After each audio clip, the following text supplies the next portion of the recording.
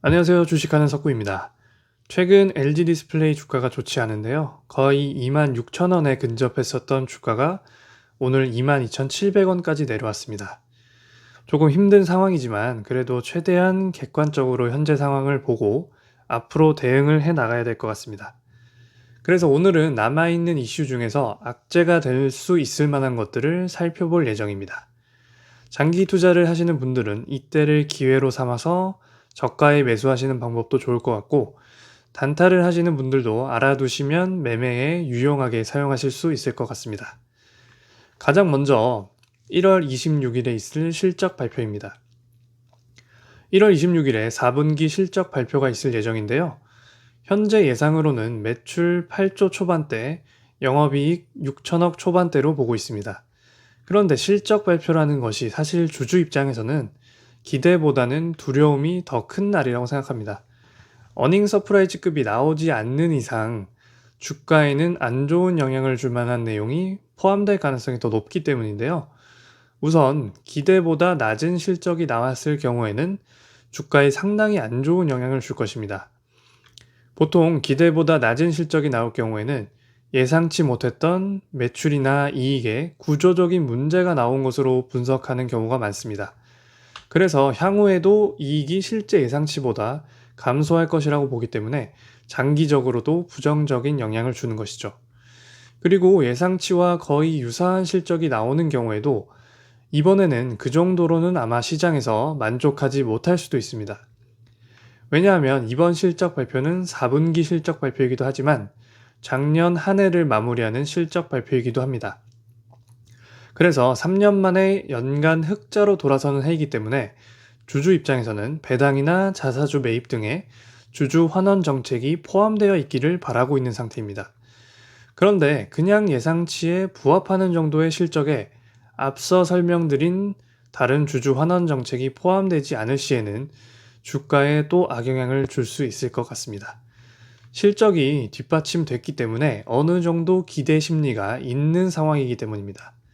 물론 기업의 투자 금액이 워낙 크기도 하고 앞으로도 투자 비용이 더 있을 것으로 예상되지만 꽤 많은 흑자를 냈기 때문에 주주 환원 정책은 주가 방어에 대한 의지가 있냐 없냐로 해석이 가능해질 것입니다.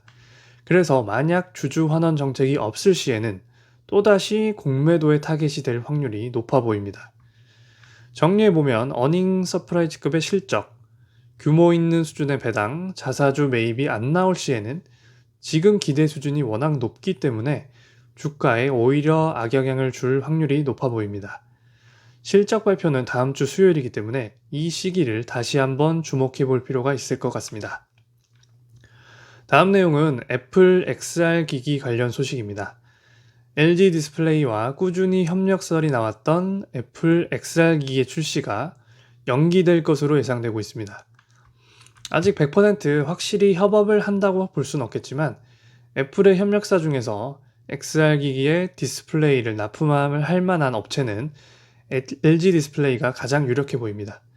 삼성의 경우에는 AR 글래스에 집중하는 전략을 취하고 있기도 하고 XR 기기는 어떻게 보면 스마트폰의 연장선에 있는 기기이기 때문에 애플은 경쟁사인 삼성보다는 LG와 협업을 하고 싶어 할 확률이 높은 거죠. 실제 LG 디스플레이는 지속적으로 XR 기기 관련 디스플레이의 성능을 높여오고 있고 XR 기기 관련 디스플레이의 북미 쪽 공급 점유율도 30% 정도로 예상되고 있기 때문에 협업 관련 가능성이 높게 점쳐지고 있는 것 같습니다. 만약 실제로 애플에 납품을 하게 되는 것이라면 주주 입장에서는 가능한 한 빠르게 뉴스가 나와주면 좋을 텐데요. 애플은 원래 매년 6월에 열리는 세계 개발자 대회에서 이 XR 기기를 공개하고 연내에 출시할 계획을 갖고 있었습니다.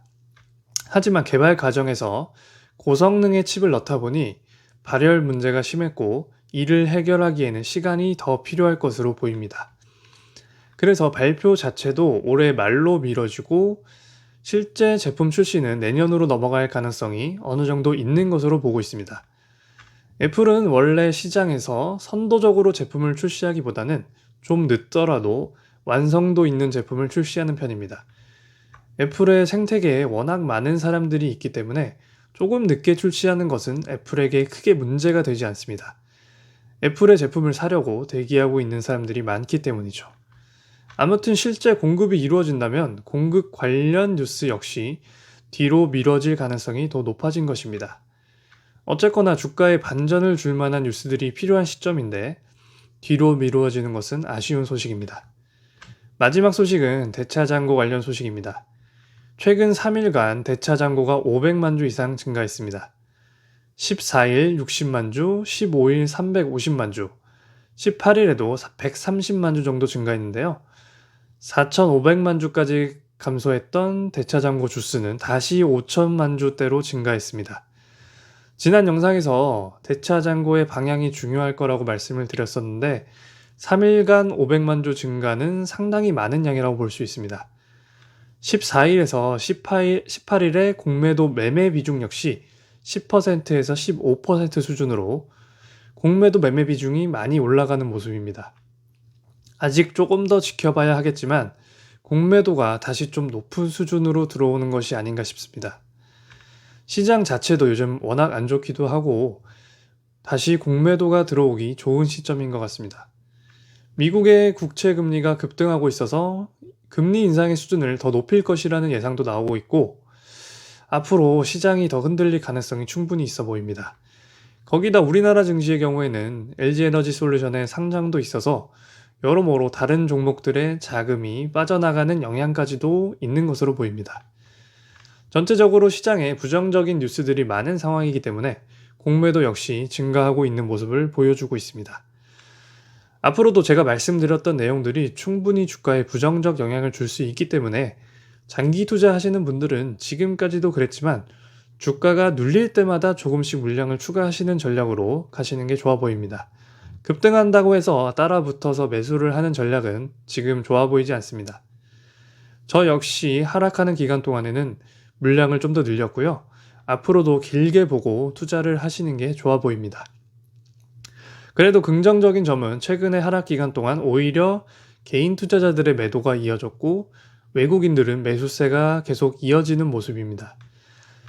사실 LG 디스플레이가 고평가에 놓여 있는 종목이라면 이 정도로 공매도가 들어오면 사실 투자하기가 저도 굉장히 힘들다고 생각하는데 그래도 LG 디스플레이는 사실 이익적인 측면이나 앞으로의 산업적인 측면에서의 위치가 절대 고평가의 위치에 있다고는 생각되지 않습니다. 시가총액에 비해 이익 역시 저평가라고 볼 수 있고 앞으로의 시대 변화에 맞는 제품들을 생산하고 있기 때문에 미래지향적으로 봐도 고평가로 보기는 힘들 것 같습니다.